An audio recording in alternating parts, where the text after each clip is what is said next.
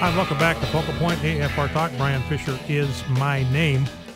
I want to play a soundbite from the newest senator from Texas, Ted Cruz. I'm telling you, ladies and gentlemen, this guy is a keeper. We've got some solid, rock-solid senators. You've got Mike Lee from Utah voted against that boondoggle fiscal cliff bill, which is a total sellout of Republican principles. First time in 20 years that Republicans have voted to raise taxes, and most of the Republican senators voted for it.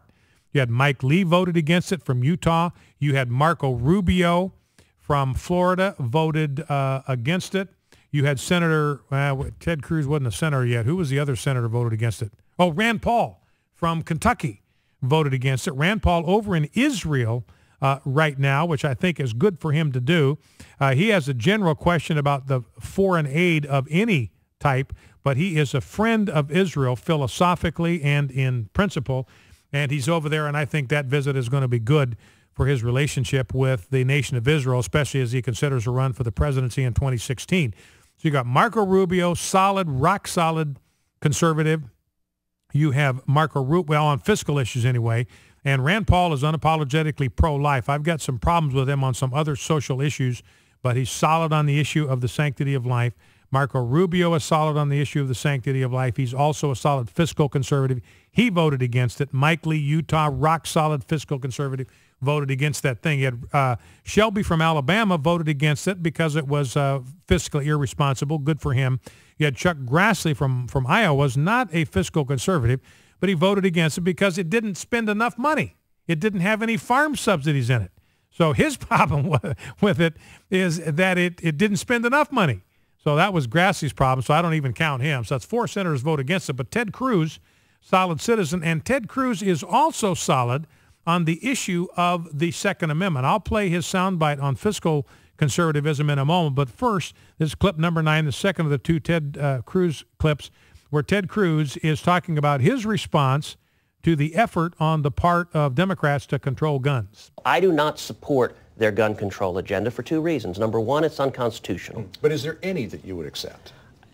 I don't think the proposals being discussed now make sense. Look, are there things we could do? Sure. One of the things we could do is we could improve the quality of the federal database. Right now, a lot of states, a lot of local jurisdictions are not reporting criminal convictions, not reporting mental health barriers to ownership, and so the federal database is not nearly as good as it should be. That would be a common sense improvement. But that's not what is being proposed. Senator Dianne Feinstein's bill would create a national gun registry. I don't think the federal government has any business having a list of law-abiding citizens who choose to exercise their right to keep and bear arms. So that's Ted Cruz. That guy's a rock-solid dude on the Second Amendment. And by the way, another thing that the Nazis did is they banned gun shows. You're going to see an all-out effort to do everything but, well, they'd like to ban gun shows if they possibly could. That's what the Nazis did. No gun shows after the Nazis took power. Now I want to read you a couple of excerpts from Founding Fathers on the Second Amendment. Listen to Thomas Jefferson. So these are Founding Fathers now. And compare this to Barack Obama, Dianne Feinstein want to come for your guns. Thomas Jefferson, the strongest reason for people to retain the right to keep and bear arms is, as a last resort, to protect themselves against tyranny in government. Now, I want you to notice that the Second Amendment is not just about self-defense. We saw this housewife, I forget where she was, Georgia, I think, or someplace, intruder breaks into her house middle of the day, corners her and her 2 children in the attic. She shoots the guy 5 times. I don't know whether he survived or not. He was in intensive care over the weekend. She's a hero. She and her children probably would be dead if she didn't have the ability to protect herself with a gun. So part of the Second Amendment is self-defense. That's not the only reason in the minds of the founders. It was to protect themselves against tyranny in government. Thomas Jefferson.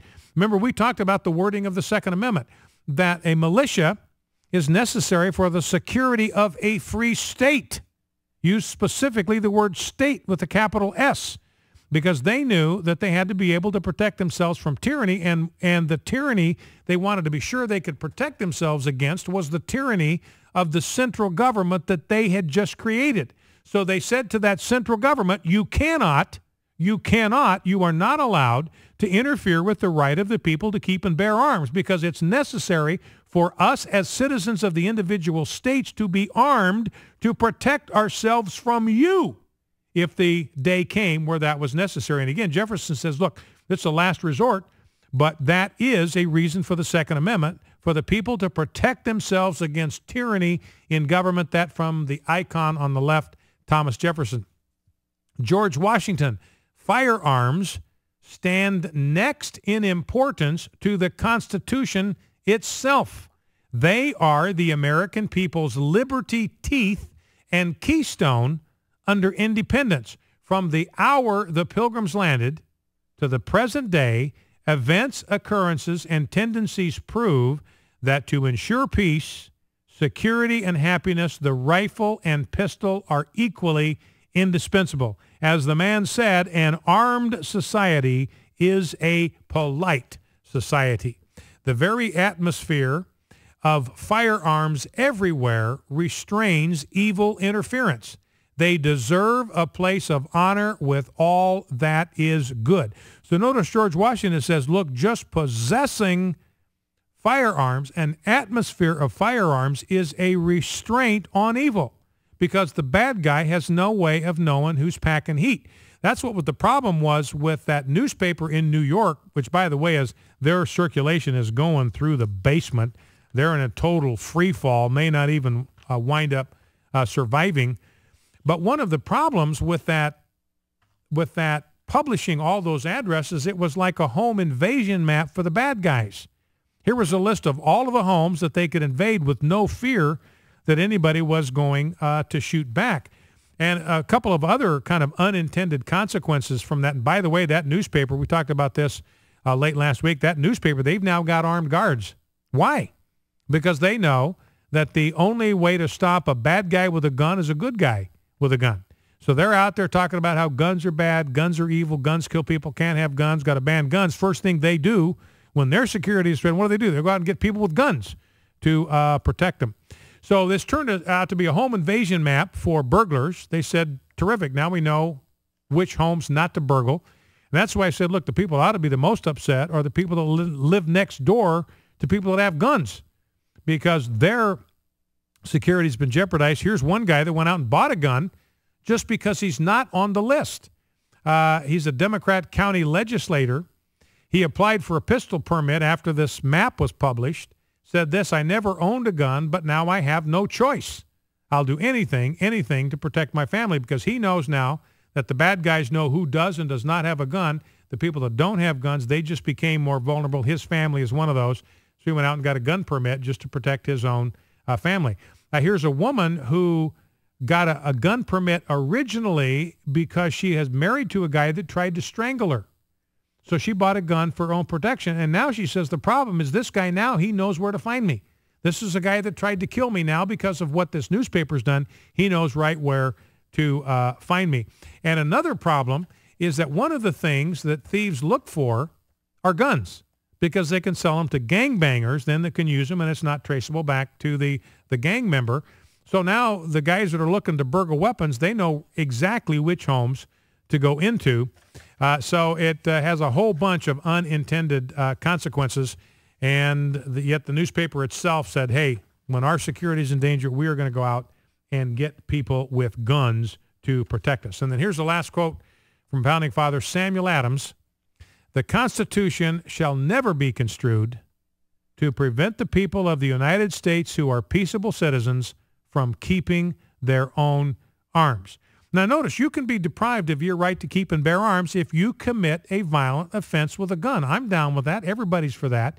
You can forfeit your constitutional rights if you break the law and injure people in the process. Nobody's got a problem with that. In fact, that ought to happen. And this is exactly what Sam Adams says. If you are a peaceable citizen, the Constitution shall never be construed to prevent you from keeping your own arms. That's Sam Adams, the father of the American Revolution. A number to call if you want to join the program, 888-589-8840. Let's shift gears a little bit and talk about finances. Rob, if we can grab that first